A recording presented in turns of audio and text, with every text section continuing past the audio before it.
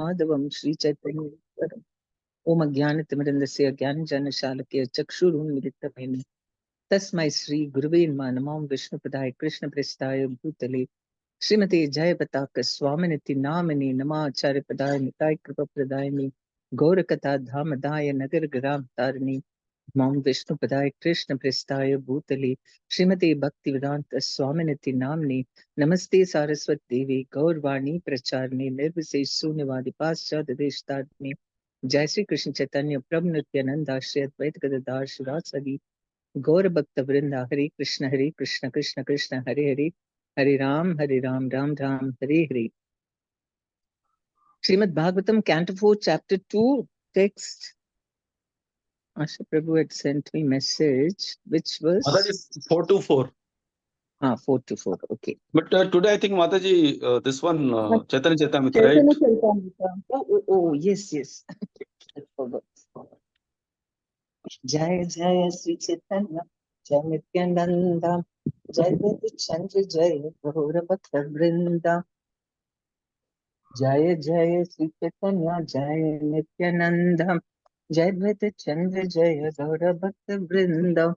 Jai Jai Sri Chaitanya, Jai Nityananda, Jai Advaita Chandra, Jai Gaura Bhakta Vrinda. Sri Chaitanya Charitamrita, Chapter 1, text. Last time preface was completed, Mataji. Huh? Last time preface was completed. 15. No, last time preface was completed. Oh, yes, preface was completed. Yeah, I was wondering why there's no bookmark. Okay. And now we go to introduction, because Prabhupada is saying very nice things about Chaitanya Mahaprabhu. Originally delivered as 5 morning lectures on Chaitanya Charitamrita, the authoritative biography of Lord Chaitanya Mahaprabhu by Krishnadas Kaviraj Goswami before the International Society for Krishna Consciousness, New York City, April 10 to 14, 1967. So the word Chaitanya means living force. As living entities, we can move, but a table cannot because it does not possess living force. Movement and activity may be considered to be signs or symptoms of the living force. Indeed, it may be said that there can be no activity without the living force. Although the living force is present in the material condition, it is not Amrita, immortal. The words Chaitanya Charitamrita then may be translated as the character of the living force in immortality. But how is this living force displayed immortally? It is not displayed by man or any other creature in this material universe, for none of us are immortal in these bodies. We possess the living force, we perform activities, and we are immortal by our nature and constitution. But the material condition into which we have been put does not allow our immortality to be displayed. It is stated in the Katha Upanishad that eternality and the living force belong both to ourselves and God. Although this is true in both God and ourselves are immortal, there is a difference. As living entities, we perform many activities, but we have a tendency to fall down into material nature. God has no such tendency. Being all powerful, he never comes under the control of material nature. Indeed, material nature is but one display of his inconceivable energies. So on the ground, we may see only clouds. So Chaitanya Mahaprabhu is that display of the living force in immortality, or rather the Satchidananda Vigraha is Chaitanya, which means living force. And okay, on the ground, I mean, this is very good to explain to people. Like, sometimes we want to give an introduction about Chaitanya Mahaprabhu and we don't know where to begin, what to tell. So this is very good. Prabhupada, introduction. This is how we can introduce Chaitanya Mahaprabhu to people. First, Chaitanya means living force. And we are also living force, but then we cannot show our immortal nature because we are in the bodies. Whereas Chaitanya Mahaprabhu, he is God and he is displaying his, immortal nature. when he appeared here, and that's why he's called Chaitanya, living force, who's immortal. On the ground, we may see only clouds in the sky, but if we fly above the clouds, we can see the sun shining. From the sky, skyscrapers and cities seem very tiny. Similarly, from God's position, this entire material creation is insignificant. The tendency of the conditioned living entities is to come down from the heights where everything can be seen in perspective. God, however, does not have this tendency. The Supreme Lord is not subject to fall down into illusion, Maya, any more than the sun is subject to fall beneath the clouds. Because the Supreme Lord is not subject to illusion, he is unconditioned. Because we, as finite living entities, are prone to fall into illusion, we are called conditioned. Impersonalist philosophers, Mayavadis, maintain that both the living entity and God himself are under the control of Maya when they come into the material world. This may be true of the living entity, but it's not true of God. For in all instances, the material energy is working under his direction. Those who consider the Supreme Lord to be the subject to material conditioning are called fools by Krishna himself in Bhagavad Gita. Avajananti ma muda manushim tanumashritam param bhavam ajananto mama bhuta maheshwaram. Fools deride me when I descend in the human form. They do not know my transcendental nature and my supreme dominion over all that be. Bhagavad Gita 9.11. Actually, I just wanted to share the nice in the glorification of His Holiness Gopal Krishna Maharaj. One of the devotees was saying that, once there was a person who had fallen into the well, and another man came and he saw that, oh, he's fallen down, let me try to help him. So he tied a rope to a tree and then he put the rope down and he also got down so that he can, throw the rope further down to him and then he can pull him out. But a third person came and he thought, oh, two people have fallen into the well and they are struggling. So he said that Gopal Krishna Maharaj has come here to deliver all of us, and we should not think that he is also one of us. So like that, here, so when Lord Krishna comes, some people, these Mayavadis, impersonalists, they say that he is also under Maya. So he has come to save us. How? So he is not affected by Maya. Lord Chaitanya Mahaprabhu should not be considered to be one of us. He is Krishna himself, the supreme living entity, and as such, he never comes under the cloud of Maya. Krishna, his expansions, and even his higher devotees never fall into the clutches of illusion. Lord Chaitanya came to earth simply to preach Krishna Bhakti, love of Krishna. In other words, he is Lord Krishna himself, teaching the living entities the proper way to approach Krishna. He is like a teacher who, seeing a student doing poorly, takes up a pencil and writes saying, do it like this, A, B, C.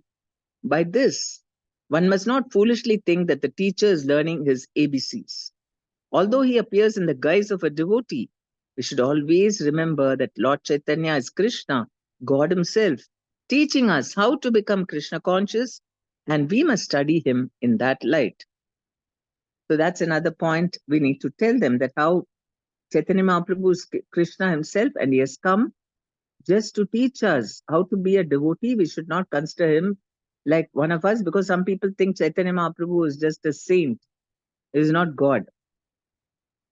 But then we have ample evidence that he is Krishna himself.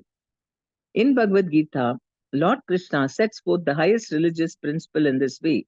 Sarva dharman parityajya mamekam sharanam vraja aham tvam sarva papebhyo moksha yusyami vasucha. Abandon all varieties of religion and just surrender unto me. I shall deliver you from all sinful reaction. Do not fear. Bhagavad Gita 18.66.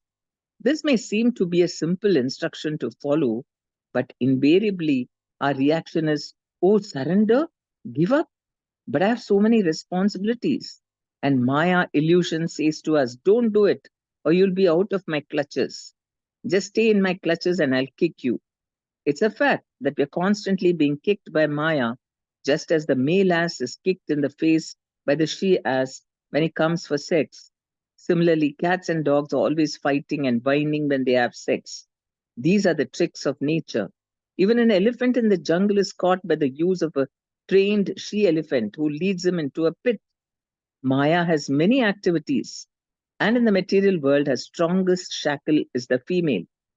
Of course, in actuality, we are neither male nor female, for these designations refer only to the outer dress, the body. We're all actually Krishna's servants. In conditioned life, however, we are shackled by the iron chains which take the form of a beautiful woman. Thus, every male is bound by sex life, and therefore, when one attempts to gain liberation from the material clutches, he must first learn to control the sex urge. Unrestricted sex puts one fully in the clutches of illusion. Lord Chaitanya Mahaprabhu officially renounced this illusion at the age of 24, although his wife was 16 and his mother 70, and he was the only male member of the family. Although he was a Brahmana and was not rich, he took sannyas, the renounced order of life, and thus extricated himself from family entanglement. Of course, so we can just tell that how Chaitanya Mahaprabhu not only came as God to show how to be a devotee, but he also took sannyas, even though there was no need, just so that he can freely travel and teach us. If we wish to become fully Krishna conscious, we have to give up the shackles of Maya. Or if we remain with Maya, we should live in such a way that we will not be subject to illusion.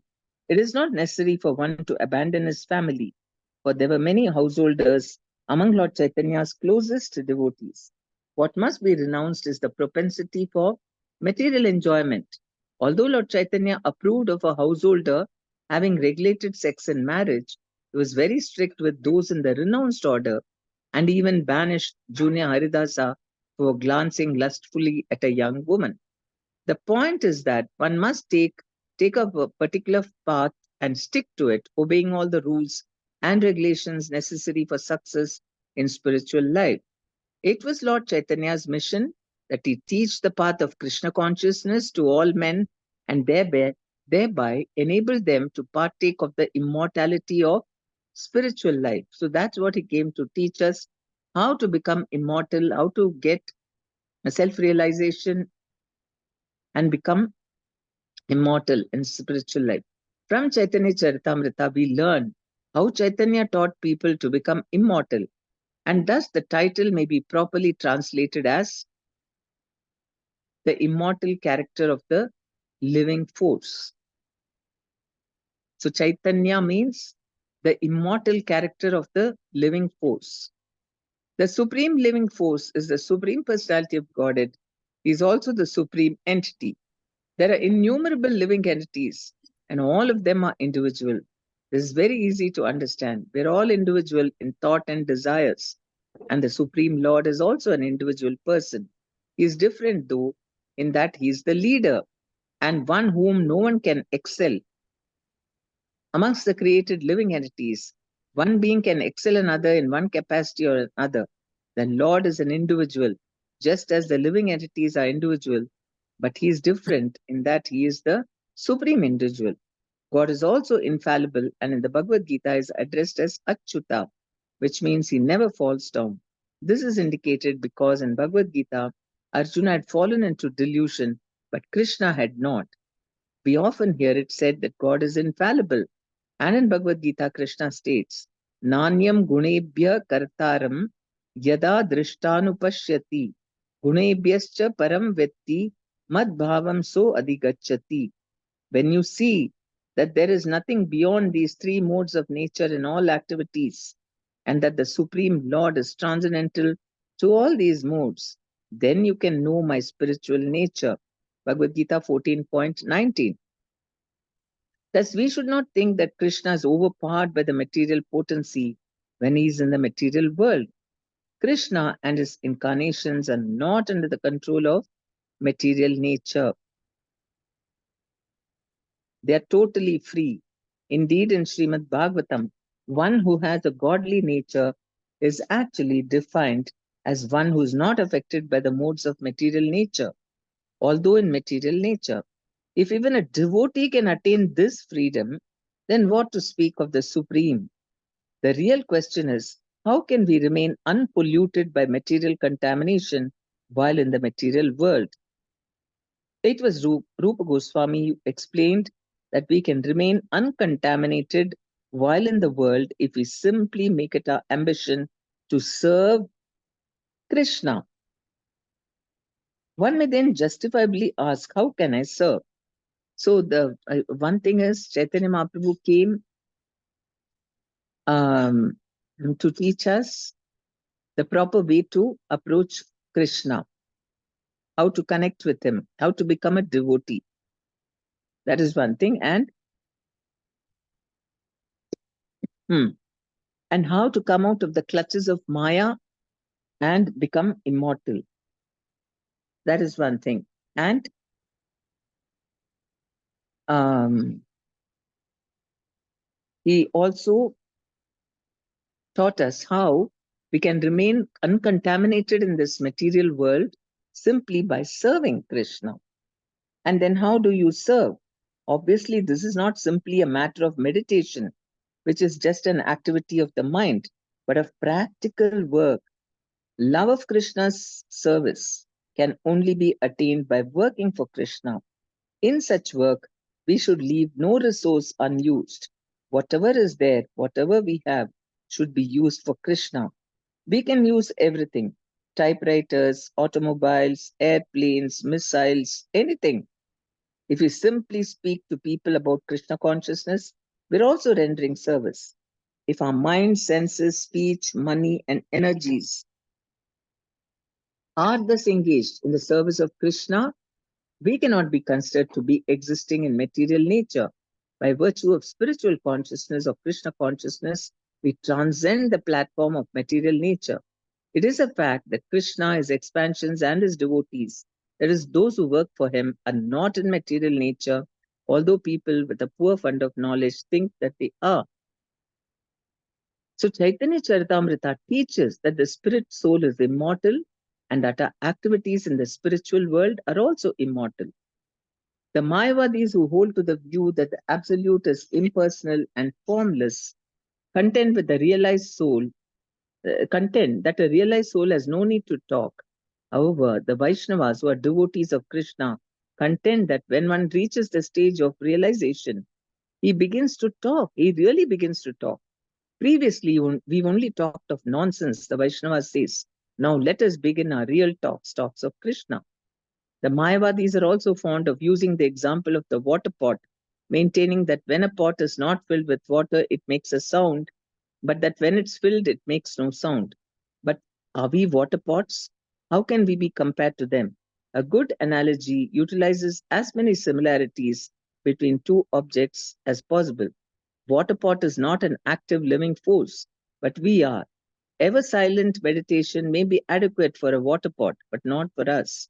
Indeed, when one has realized he has so much to say about Krishna, 24 hours in a day is not sufficient. It is the fool who is celebrated as long as he does not speak, for when he breaks his silence, his lack of knowledge is exposed. Chaitanya Charitamrita shows that there are many wonderful things to discover by glorifying the Supreme. So that is what I mean about serving Krishna, and how in the spiritual world there is full of activities.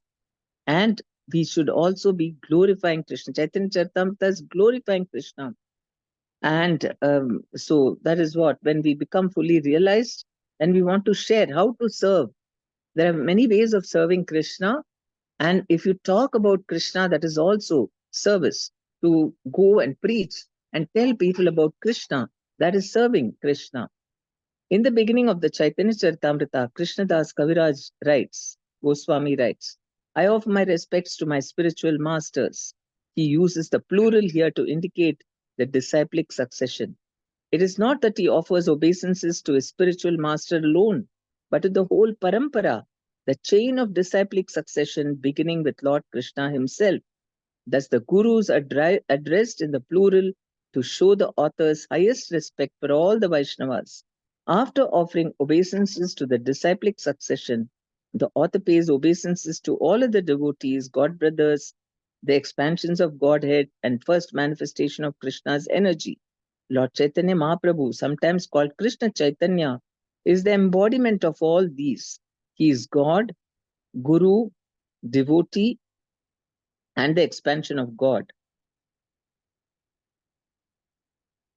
Um, as his associate, Nityananda, he is the first manifestation of energy.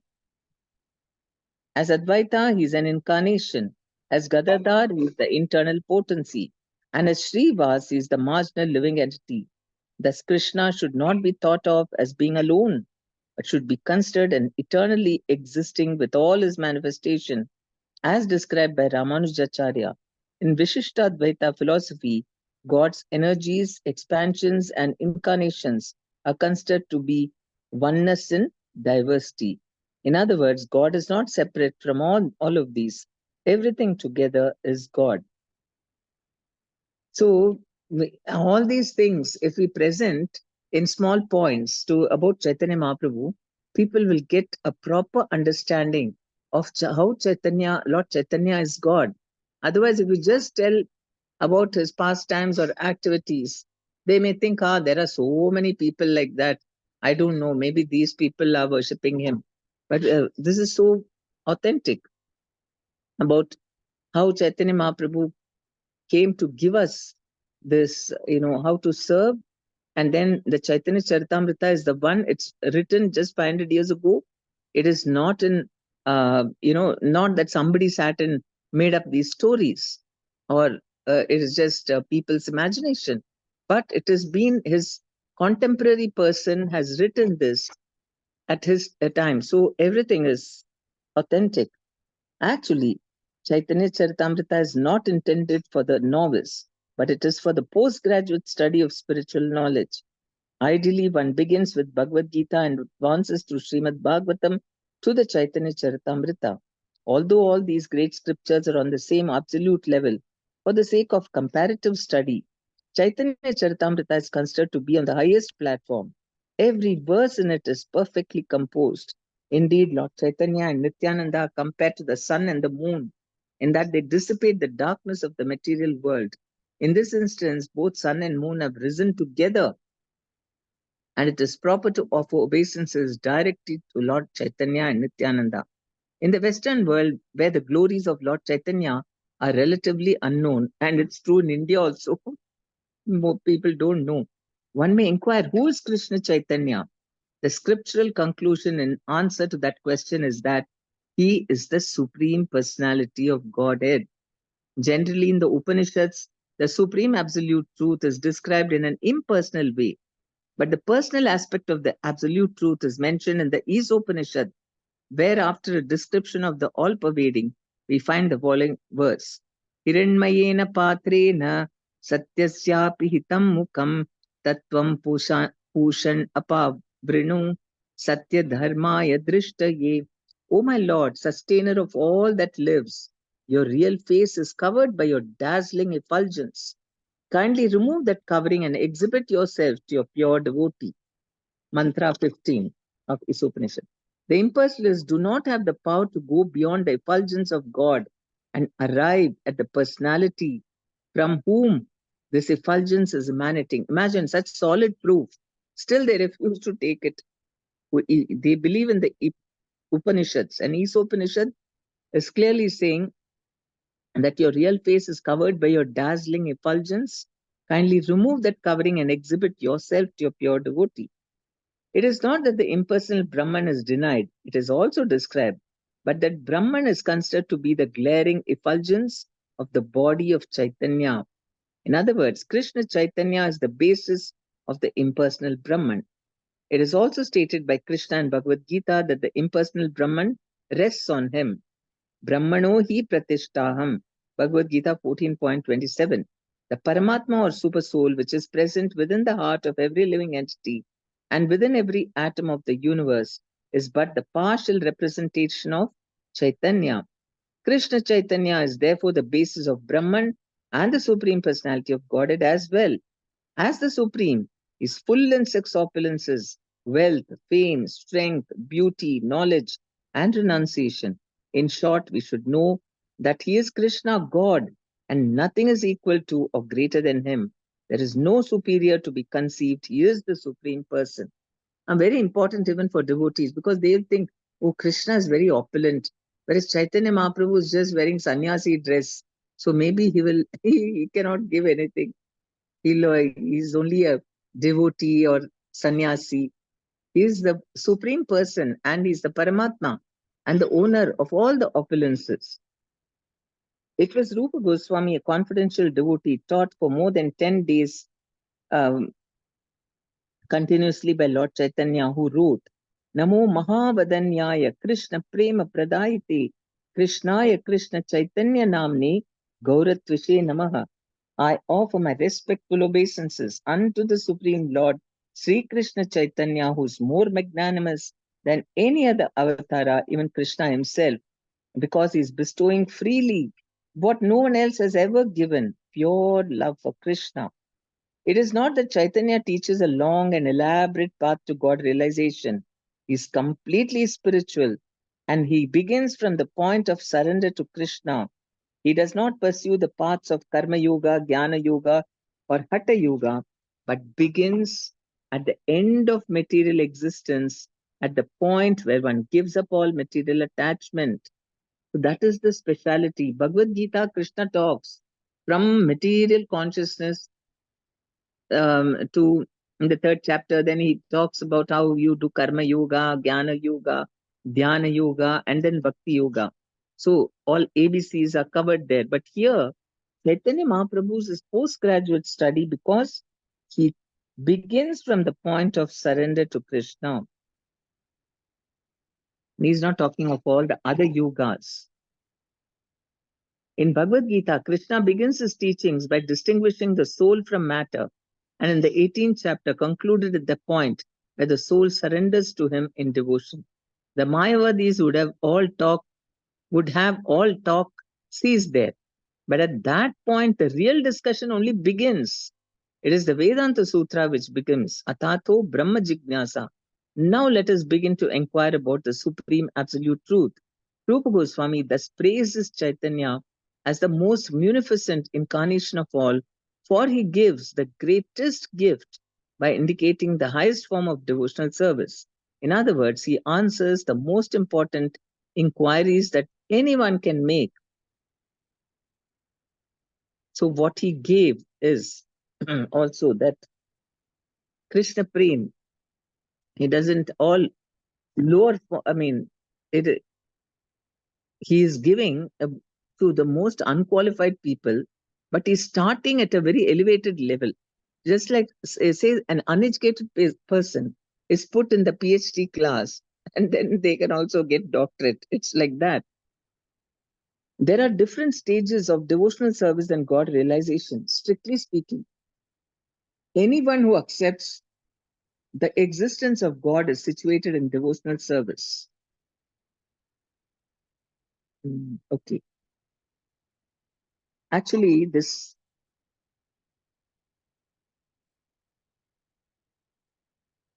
is meant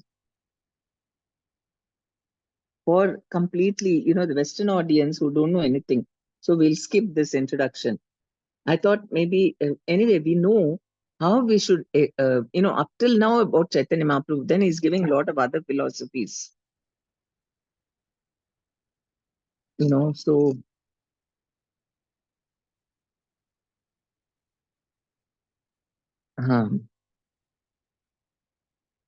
he also explains about the Panchatattva. So these are the things we can talk about. How Chaitanya Mahaprabhu, what does his name mean? And why did he come here? Because Krishna taught us to how to, that we have to surrender. But Chaitanya Mahaprabhu came to teach us how to surrender. And what is his mission is how to, how we can remain pure in this material world and go back home, back to Godhead by engaging in our eternal service. How do we serve Krishna? Practically, we have to serve using all things in the service of Krishna. And even if you preach Krishna consciousness, that is also the service to God. And then all about Panchatattva and how he is the Supreme Personality of Godhead and he is the Paramatma. He is full of opulences. That is Lord Chaitanya is. There's no difference. Krishna Chaitanya is God himself. And then about the Panchatattva. So if you give a philosophical explanation of Chaitanya Mahaprabhu, plus we also quote from the Shastras. Here, Prabhupada is not, because these are Western audiences. So he didn't tell, oh, this Upanishad says, that Upanishad, that, and all, he didn't say.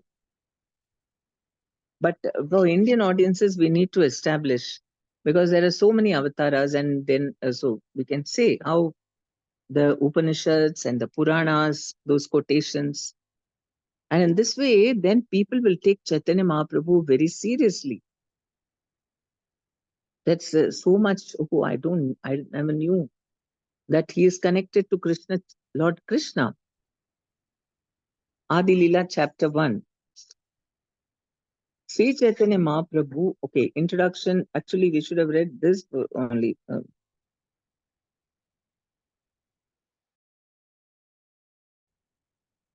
No, we go to the first chapter of Sri Chaitanya Charitamrita begins with 14 Sanskrit verses that describe the absolute truth. Then the next 3 Sanskrit verses describe the principal deities of Vrindavana, namely Sri Radha Madana Mohana, Sri Radha Govinda Deva, and Sri Radha Gopinath Ji.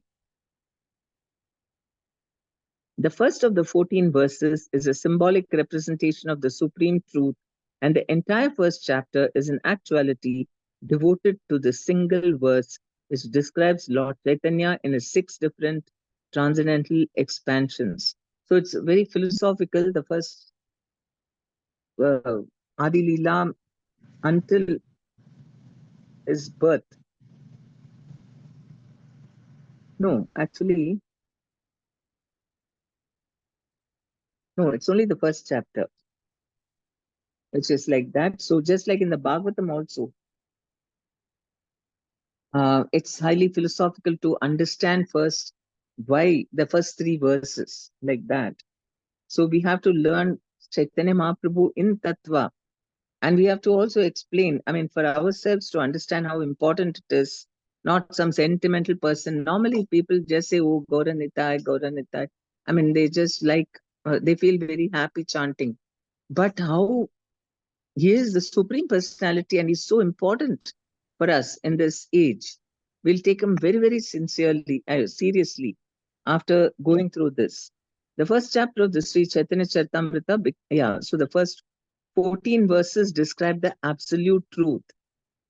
And then the 3 deities of Vrindavana, which are actually deities for Sambandha, Abhideya, and Prayojana. The first manifestation described is the spiritual master who appears in 2 plenary parts called the initiating spiritual master and instructing spiritual master. They are identical because both of them are phenomenal manifestations of the supreme truth. Next described are the devotees who are divided into 2 classes, namely the apprentices and the graduates.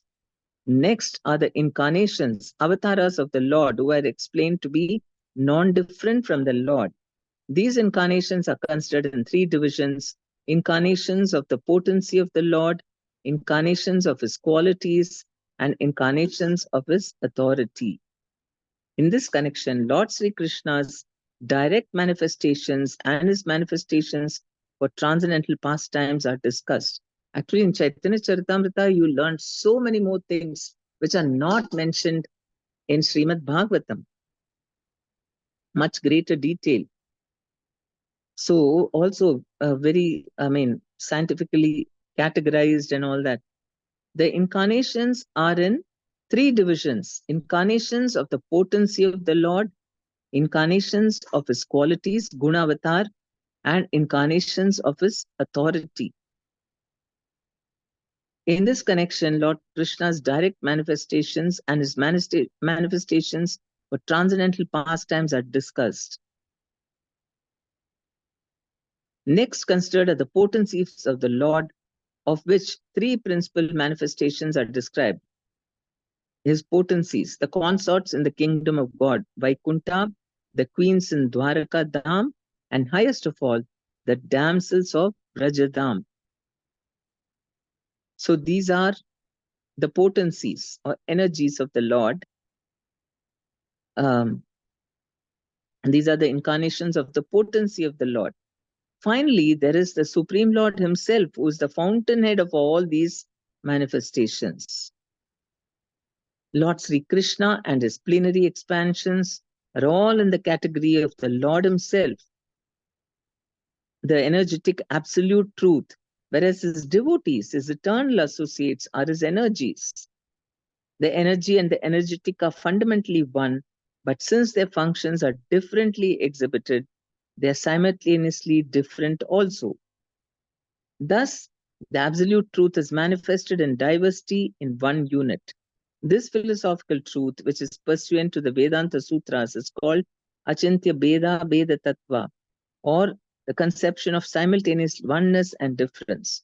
In the latter portion of this chapter, the transcendental position of Sri Chaitanya Mahaprabhu and that of Sri Nityananda Prabhu are described with references to the above theistic facts.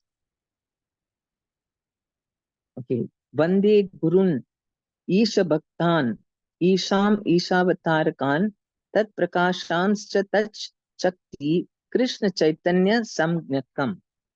I offer my respectful obeisances unto the spiritual masters, the devotees of the Lord's incarnations, his plenary portions, his energies, and primeval Lord himself, Sri Krishna Chaitanya. Vande Sri Krishna Chaitanya. So first he worships the Guru in the first thing. The Guru and Gurun in plural, because one is the initiating and there can be many multiple Siksha Gurus. Isha Bhaktan, then Isham, Ishavatarakan. Spiritual masters, devotees of the Lord's avatars, incarnations, Ishavatarakam, Tat Prakashams, Prakashams are his, Prakashams are his plenary portions, and Tat Shakti, his energies, and Krishna Chaitanya Samyakam, and he himself. So the Panchatattvas are also mentioned. Vande Sri Krishna Chaitanya Nityanandau Sahoditau Gaudodaye Pushpavantau Chitrau Shandau Tamonudau. I offer my respectful obeisances unto Sri Krishna Chaitanya and Lord Nityananda, who are like the sun and the moon. They were arisen simultaneously on the horizon of Gauda to dissipate the darkness of ignorance and thus wonderfully bestow benediction upon all. Yad Advaitam Brahmopanishadi tat api asya tanubha ya atmantaryami purusha iti so shamsa vibhava sad aishwaryai purno ya iha bhagavan swayam ayam na chaitanyat Krishna jagati paratatvam param iha. What the Upanishads describe as the impersonal Brahman is but the effulgence of his body, and the Lord known as Super Soul is but his localized plenary portion. He is the Supreme Personality of Godhead himself, full with six opulences. He is the absolute truth, and no other truth is greater than or equal to him. So we have to establish that he is just like Krishna, is the Supreme Personality of Godhead, and he is also expanded as the Paramatma, and he's also, Brahman comes from is the effulgence from his body. So he is just like opulent, he is Krishna himself. Anarpita charim chirat karunyavatirinam kalau samparyitum unnato jvala rasam swabhakti shriyam. Harihi Purata Sundara Dhyuti Kadamba Sandipita Tada Hridaya Khandare Puratu Va Satinandana. May that Lord, who is known as the son of Srimati Sati Devi, be transcendently situated in the innermost chambers of your heart. That is Krishnadas Kaviraj Goswami's blessings on us. Resplendent with the radiance of molten gold, he has appeared in the age of Kali by his causeless mercy to bestow what no incarnation ever offered before, the most sublime and radiant spiritual knowledge of the mellow taste of his service. So this is what he has, how the service, I mean, everywhere else, I mean, Krishna's come and he's displayed his pastimes and all that. But here he's teaching everyone how to achieve that, that pleasure, ananda in serving him. That is what he wants to share, what he's experiencing. Not just all, I mean, he wants to share with us up to the point of Madhurya Ras. Because he took Radharani's mood in order to experience what she is experiencing. And he's such a wonderful avatar that he wants to share with us. You also experience Krishna Prem, he's easily giving. So that, of course, he is Supreme Lord. There's this unlimited. And we are also, in a infinitesimal way, but then in an immortal way and in an expanding way. We can experience that same, a drop of that Krishna Prem that he is experiencing. And that is simply his causeless mercy. And no other incarnation has ever offered this before.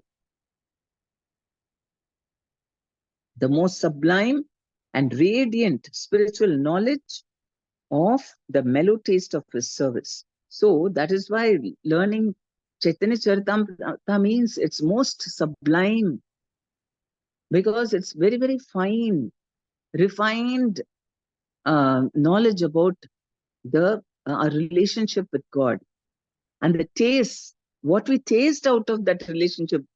I mean, we may have heard in the scriptures, Upanishads, Puranas, it says, okay, you must render service, or different devotees rendered service. But categorically, he has, systematically, he has mentioned what are all the tastes.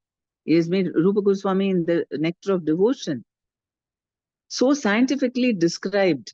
And not only that, how we can achieve that state step by step, how you can also achieve that. So that's why he's the most Mahavadanyaya, most munificent, and no other avatar has given this. Radha Krishna Pranaya Vikritir Alladinir Shaktir Asmad Ekat Manav Api Bhuvi Pura Deha Bedam Gatau Tau Chaitanyakyam Praktam Adhuna Tad Dvayam Chaikyam Aptam Radha Bhava Jyuti Suvalitam Naumi Krishna Swarupam. The loving affairs of Sri Radha and Krishna, a transcendental manifestation of the Lord's internal pleasure-giving potency. Although Radha and Krishna are one in their identity, they separated themselves eternally. Now these two transcendental identities have again united in the form of Sri Krishna Chaitanya. I bow down to him who has manifested himself with the sentiment and complexion of Srimati Radharani, although he is Krishna himself. So Krishna was one, and then he became two, Radha and Krishna. Then again he became one as Krishna Chaitanya in the color of Radharani. Krishna in his own color, blue, and then he became two, and then now again is united, but displaying Radharani's color and mood. And so these are transcendental manifestations of the Lord's internal Alladini Shakti, pleasure-giving potency. How we can understand all this? Most people, that's why they listen to Radha Krishna pastimes. And for them, they think, oh, Krishna is also happily enjoying. I'll also enjoy. There's nothing wrong. So this is the conclusion they come to.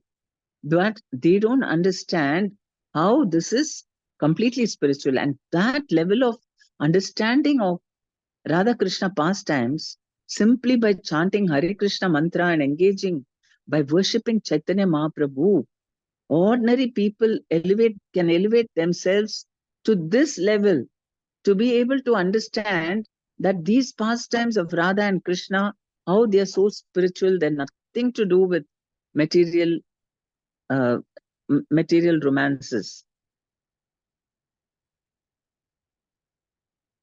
Sri Radhaya Pranaya Mahima Kidrisho Vanayaiva Swadyo Yenadbhuta Madurima Kidrisho Va Madiya Saukyam Chasya Mad Anubhavata Kidrisham Veti Lobhat Tad Bhavadya Samjani Sachigarbha Sindau Arindu, desiring to understand the glory of Radharani's love, the wonderful qualities in him that she alone relishes through her love, and the happiness she feels when she realizes the sweetness of his love, the Supreme Lord Hari, richly endowed with her emotions, appears from the womb of Srimati Sachidevi as the moon appears from the ocean. Right? Like the sun also rises from the sea, the moon also appears to uh, uh, come out of the ocean. And like that, actually, he is not, it's a very good comparison because he appeared as a son of Sachi Devi. She's not actually her son, but it appeared, he came out like that, just like the moon comes out of the ocean. And what are the three things? He wanted to understand how great is Srimati Radharani's love, glory of Srimati Radharani's love, and what is it that she is enjoying in me? What are my qualities that she's enjoying? That only he has to be in her place in order to enjoy that. So that's why he took Radharani's mood. First of all, what is the greatness of her love? And what are the quality? What is she relishing in me? And third, what is that happiness she is experiencing because of this? Um, happiness when she realizes the sweetness of his love. So she's very happy to be with Krishna and relishes love. So what is that happiness she is relishing? So all these three, he came to taste that. Me, Sankarshna Karana Toya Sai, Garbodha Sai cha Payobhi Sai, Seshascha Yasyam Sakalasa Nitya, Nandakya Ramaha Sharanam Mamastu. May Sri Nityananda Rama be the object of my constant remembrance. Sankarshana, Seshanaga, and the Vishnus who lie on the Karana ocean, Garbha ocean, and ocean of milk are his plenary portions and the portions of his plenary portions. So Nityananda Ram is also directly Balaram. It is not that Nityananda Ram is an expansion of Balarama or incarnation. No. Nityananda Ram is Balarama himself. And so he's saying Sankarshana, Seshanag, and the Vishnus who lie on the Karana ocean, Garbha ocean, that is three Purusha avatars, are his plenary portions and portions of his plenary portions. So all these incarnations are coming from Nityananda Ram. All the Vishnu, Sankarshana, all the forms are coming from Balarama or Nityananda. मायातीते व्यापी वैकुंठ लोके पूर्णैश्वर्ये श्री चतुर्व्यूह मध्ये रूपम यस्योद्भाति संकर्षणाख्यम tam Sri Nityananda Ramam Prapadye. I surrender unto the lotus feet of Sri Nityananda Ram, who is known as Sankarshana in the midst of the Chaturvyuha, consisting of Vasudeva, Sankarshana, Pradyamna, and Aniruddha. He possesses full opulences and resides in Vaikuntha Loka, far beyond the material creation. And so Nityananda Rama, who is also known as Sankarshana. So in the Chaturvyuha, he is Sankarshana, and he from him is expanded Narayana, right? And Narayana, he possesses full opulences and resides in Vaikuntha Loka. Maya Bharta Janda Sangashrayanga Sete Sakshat Karanam Bodhi Madhye Yasya Kamshaha Sri Puman Adi Devas Tam Sri Nityananda Ramam Prapadye. I offer my full obeisances unto the feet of Sri Nityananda Ram, whose partial representation called Karanodakshai Vishnu, lying on the Karana ocean, is the original Purusha, the master of the illusory energy and the shelter of all the universes. So this Karanodakshai Vishnu is an expansion of Sankarshana. And the Sankarshana is an expansion of Lord Nityananda. So this Nityananda expanded himself as Sankarshana, and this is an expansion of expansion.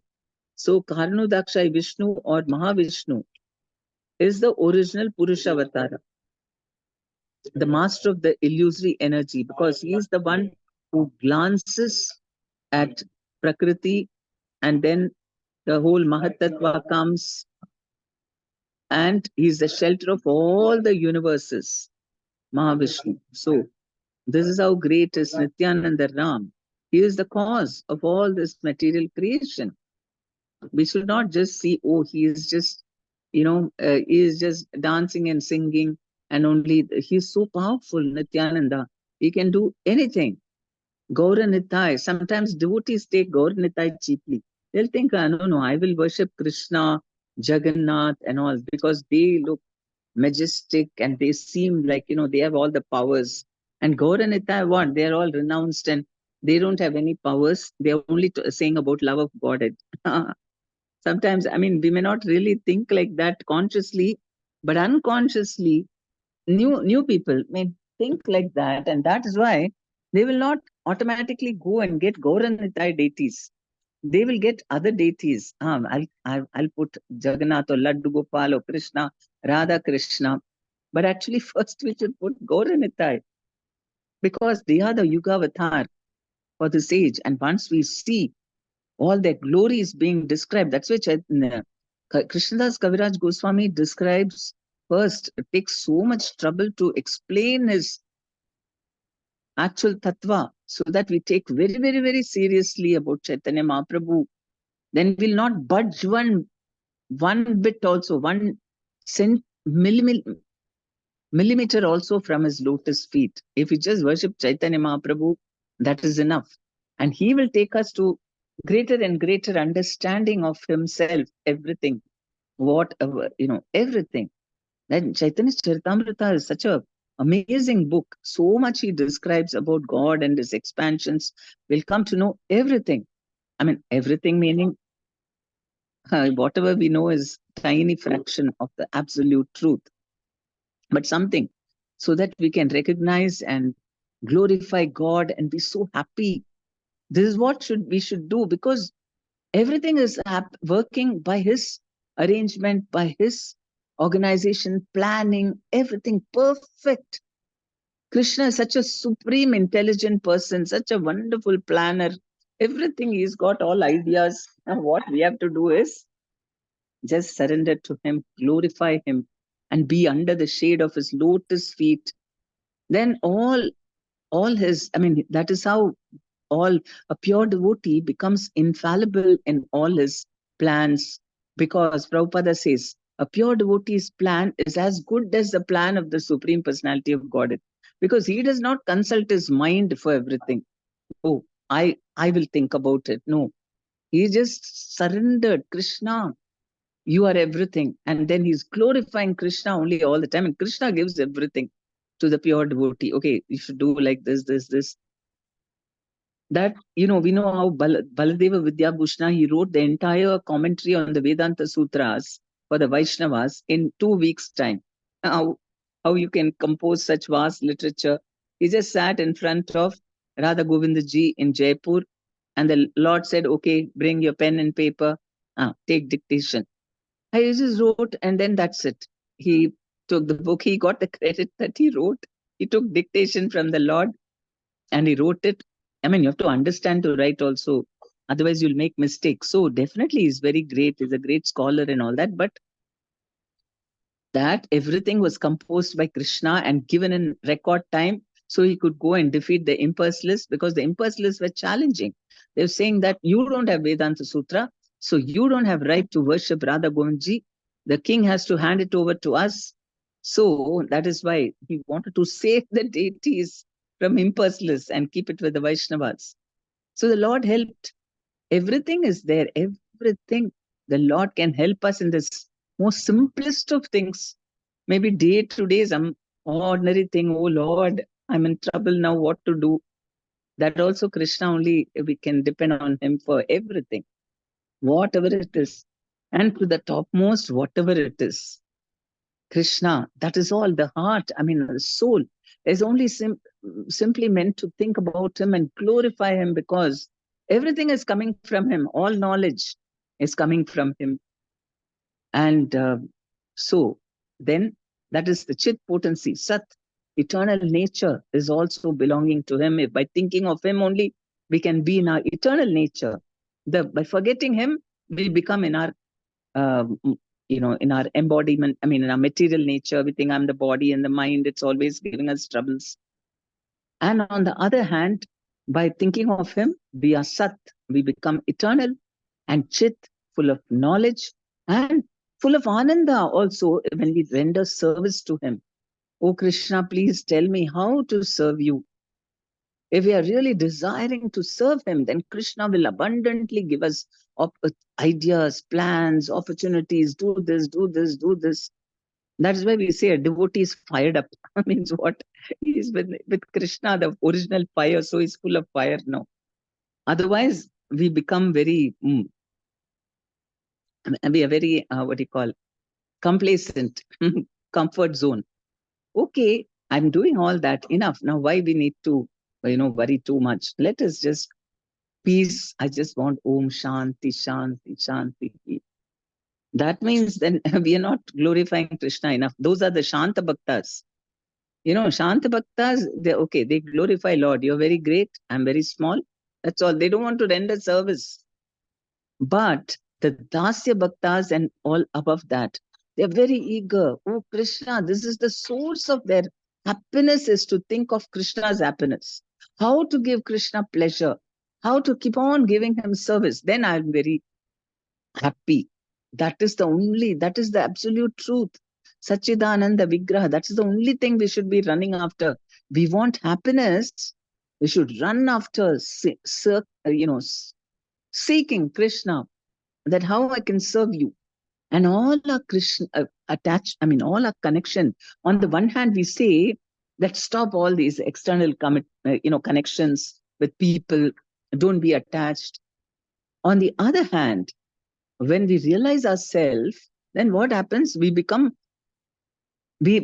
completely connected with everyone, right? A self-realized soul, it's described, he thinks everyone as equal to him, and he is very much concerned. He becomes a well-wishing friend of everyone.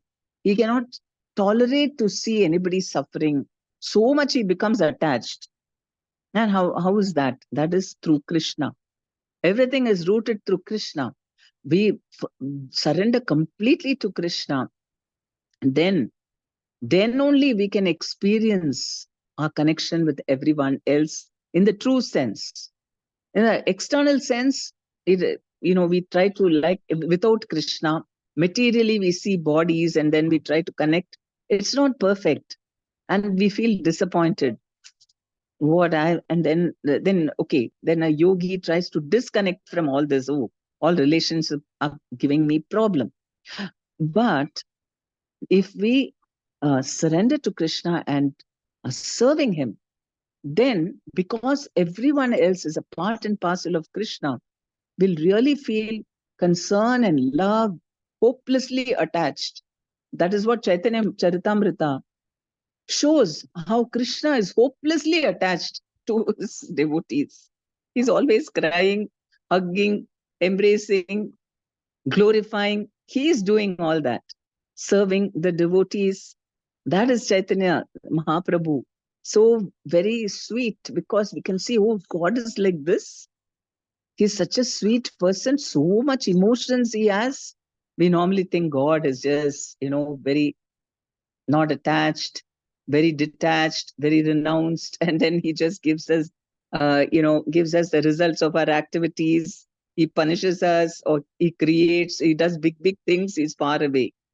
But here, he was staying with the devotees and acting like one of them, and showing so much love for them. And of course, love for, Krishna and all that, all the time. So that is why it is by studying Chaitanya Charitamrita, definitely it will arouse in us that same, Chaitanya Mahaprabhu's effect will come into our hearts, and we will also feel, connected. We can become hopelessly attached. Not hopelessly in quotes, hopefully attached. Hopefully we get attachment like that, rooting it through Krishna. For that, we have to completely know the glories of Krishna Chaitanya. While we are studying Chaitanya Charitamrita, we'll only refer to Chaitanya Mahaprabhu as the Paramatma, as the Bhagavan, as everything, because he is. And we want to completely surrender to Lord Chaitanya Mahaprabhu, and then only our real life begins. Because then we want to serve him, and we want to, through that, we can, only through service, we can understand what is the taste of all the mellows of loving relationships with Lord Chaitanya Mahaprabhu, and with all devotees, and with all the other living entities of this world. Will be completely connected, totally connected, and fully satisfied that I'm connected with everything because I'm connected to Krishna. We won't feel incomplete, that something is beyond me, or I'm feeling, I lack something, or I need something. You don't need anything because you have Krishna and you're fully connected, and that's it.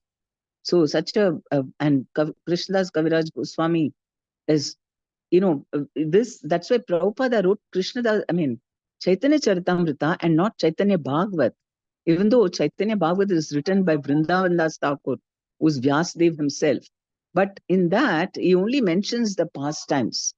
Whereas here is talking so philosophically, establishing Chaitanya Mahaprabhu's position, who he is as a tattva. Then, we can really appreciate Chaitanya Mahaprabhu and completely surrender to him. And, also we have to promote Chaitanya Mahaprabhu. We have to make everyone Gauranga conscious. We can do it. Anything is possible. By Chaitanya Mahaprabhu's mercy, anything is possible. So we have to be determined about that. So, okay. Thank you very much, Hare Krishna. Any questions or comments?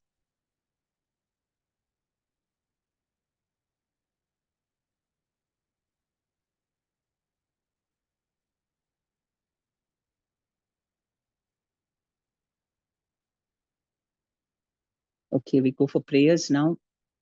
We pray for His Holiness Japtak Swami on Akshaya Tritiya day. We pray that, he gets abundant health, good health, and he gets, he is able to get up and preach nicely. He is so much filled with ecstasy of Lord Chaitanya Mahaprabhu. We want that. We want to see him and hear from him and associate with him and increase, that we can get a little bit of the drop of the Krishna Prem that he is experiencing. So we need him very, very, very, very much.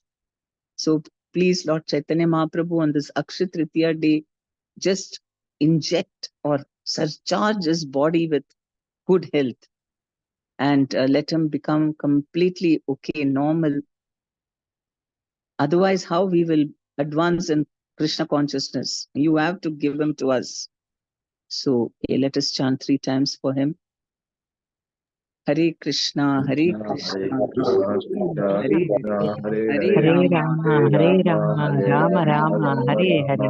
Hare Krishna, Krishna, Krishna Krishna Hare Hare, Krishna, Hare Hare. Hare Hare Rama, Hare Rama, Hare Rama, Rama, Rama Rama Rama, Hare Rama, Hare, Hare Hare. Hare Hare Krishna, Krishna, Hare Hare Krishna, Krishna, Krishna Krishna Krishna, Hare Hare Hare, Hare. Hare Hare Rama, Rama, Hare Hare Rama, Rama, Rama Rama Rama, Rama, Hare Hare Hare. Hare. The world really needs Guru Maharaj because he is such an embodiment of Chaitanya Mahaprabhu's mood. And many times, I feel I can't understand him. He's too transcendental. And sometimes, we use our mind and think maybe Guru Maharaj should have done like this. Maybe he should have done like that. And then after that, I feel very bad. I feel guilty. Gee, what is this? I'm trying to think I know better than Guru Maharaj. But it is because he's so transcendental that we can't understand him only sometimes. So we really need him because when you see him, he is completely representing Lord Chaitanya Mahaprabhu. So we really, really, really need him. Without him, we can't progress at all.